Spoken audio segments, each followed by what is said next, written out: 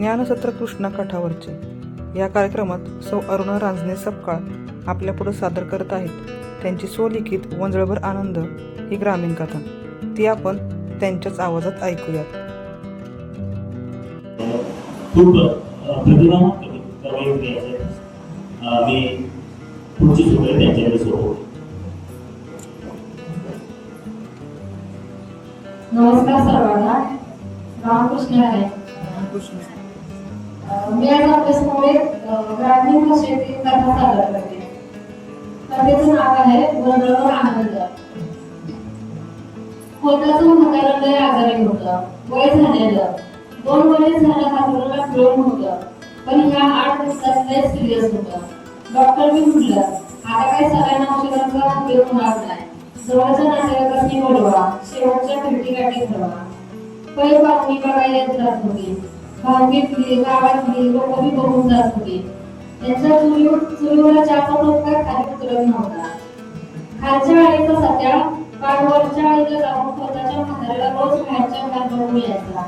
दुपारच्या सुट्टीत जेवण आल्यावर स्वतःच्या शेजारी म्हणाल्या तिघ्या आणि सोन्याला, तिघ्या आणि सोन्याचे मित्र आहेत, तिघ्या आणि सोन्याला कसं आहे रे म्हातारं म्हणून विचारायचा. ह्यो नुसता म्हाताऱ्याला बघून येत होता. म्हातारं खाऊन मरत त्याचा काय त्याला अंदाजच लागत नव्हता.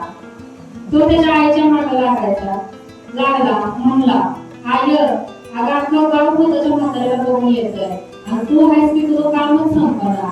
चल आपण म्हाताऱ्याला बघून येऊ. उद्या काय बरं वाईट झालं तर आजूबाजूच्या लोक तुलाच नाव होतील की म्हातारं बघायला टेकलेलं, पण ही काय म्हाताऱ्याला बघायला गेली नाही असं म्हणते. आईला सदैव बोलणं पडलं. हाताची कामं लवकर आवरून दोघं माया लेकरावरच्या आईला म्हाताऱ्याला बघायला गेले. पडवीला माझ्यावर म्हाताऱ्याला झोपवलं होतं. म्हाताऱ्याची म्हाताऱ्याला कुठल्याला वारा घालत त्याला उजव्या अंगाला बसली होती. घरातली माणसं आपापल्या कामात होती. कुणी म्हाताऱ्याच्या आजूबाजूला घुटमळत होती. सध्याच्या आईने विचारपूस केली तेव्हा कळलं की म्हाताऱ्यानं आता भाताची पेस्ट पेलरी सोडले. पेस्ट पाचली तरी माघारी येत होती. रातच्यापासून नुसतं पाण्याच्या दरवड्यावर होतं म्हातारं. हाक मागली तर डोळा बी उडत नव्हता. सध्या कान घेऊन मोठ्या माणसाचं समजावून नाही करत होता. माघारी घरी जाताना रस्त्याला त्यानं आईला विचारलं, होय काय का म्हणत म्हातारं? तशी आई त्याच्यावर भडकली. मुडद्या असं कोणाचं मनात चितून नाही. कुणाच्या हातात नसतं ते. देवाची हाळी आली की जावंच लागते संपर्क सोडून. तसा सध्या बरा होता. आपला गप मान खाली घालून वाटेला चालायला लागला.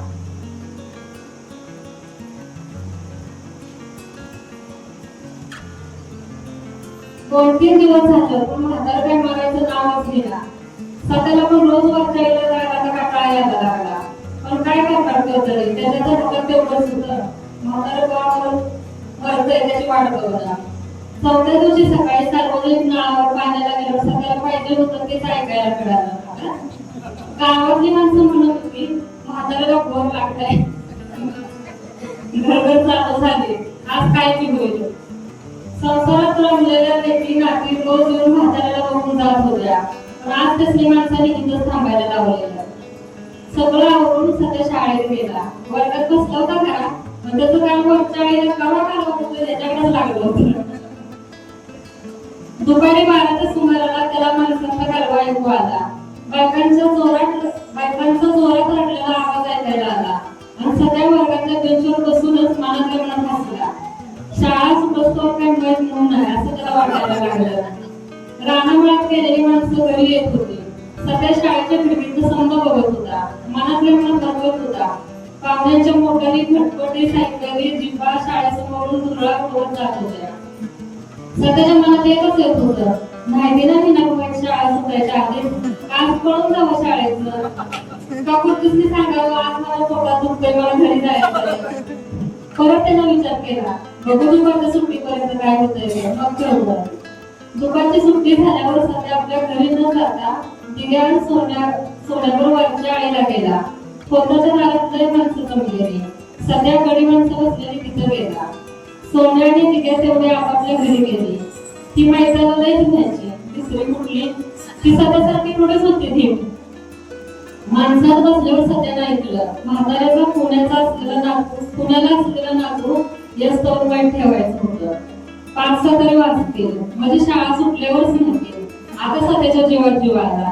तो तडक घराकडे पळत गेला. पोटात कावळं वरडायला लागलंच होतं, पण त्याला त्याचं भान कुठं होतं. जेवण काय रोजच खातो की तेव्हा.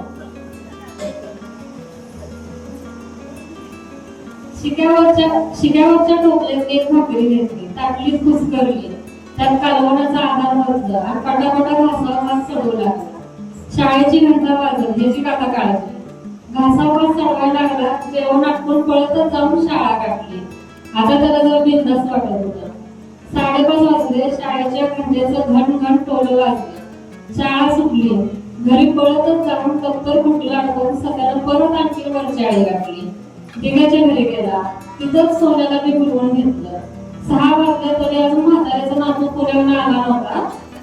आता सगळ्याला जाऊन टेन्शन आलं.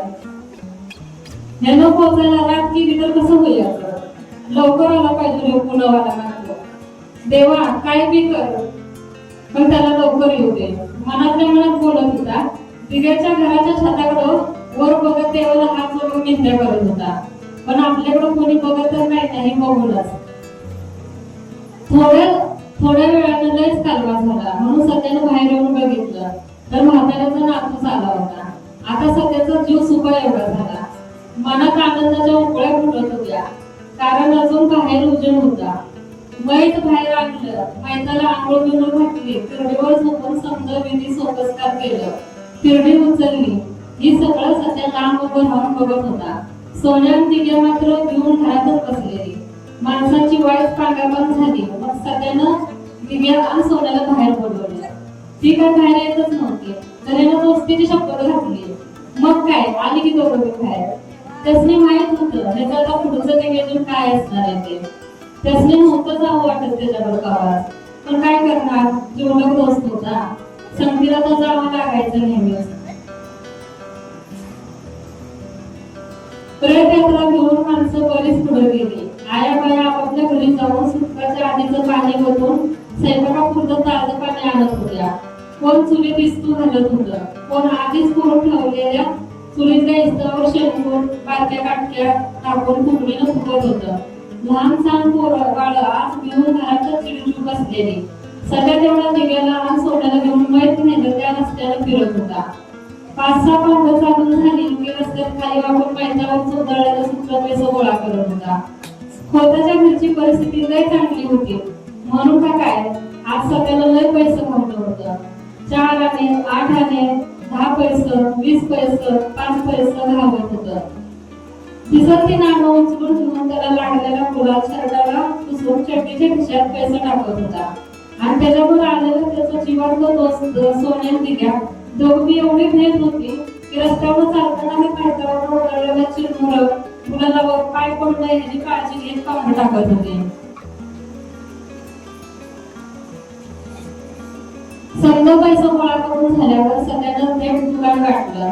लेमन गोळ्या, बॉब्या, चॉकलेट, पेपरमिंटच्या गोळ्या, टॅक्सी असं काय खायला घेतलं.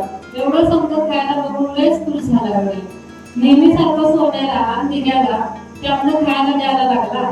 तर नेहमीसारखं त्या दोघांनी दुकानातून खायला आवडत असून बी आणि खाण्याची इच्छा झालेली असून बी घेऊन त्याच्याकडनं कायच खायला घेतलं नाही. कारण मैदानावर पैसा होतं ना ते. नेहमीसारखं दुकानदारानं बी ते पैसे कुठलं ते ओळखलंच नव्हतं, कारण नेहमीसारखं सगळ्यांना पैशाला लागलेला मुलाला आपल्या शर्टानं चक पुसला होता. एवढं बाकी खरं होतं. गावातलं कुणी बी माणूस गेलं की आपापल्या ऐपती प्रमाणात सध्याच्या मंडळीत आनंद घेऊन जात होतं.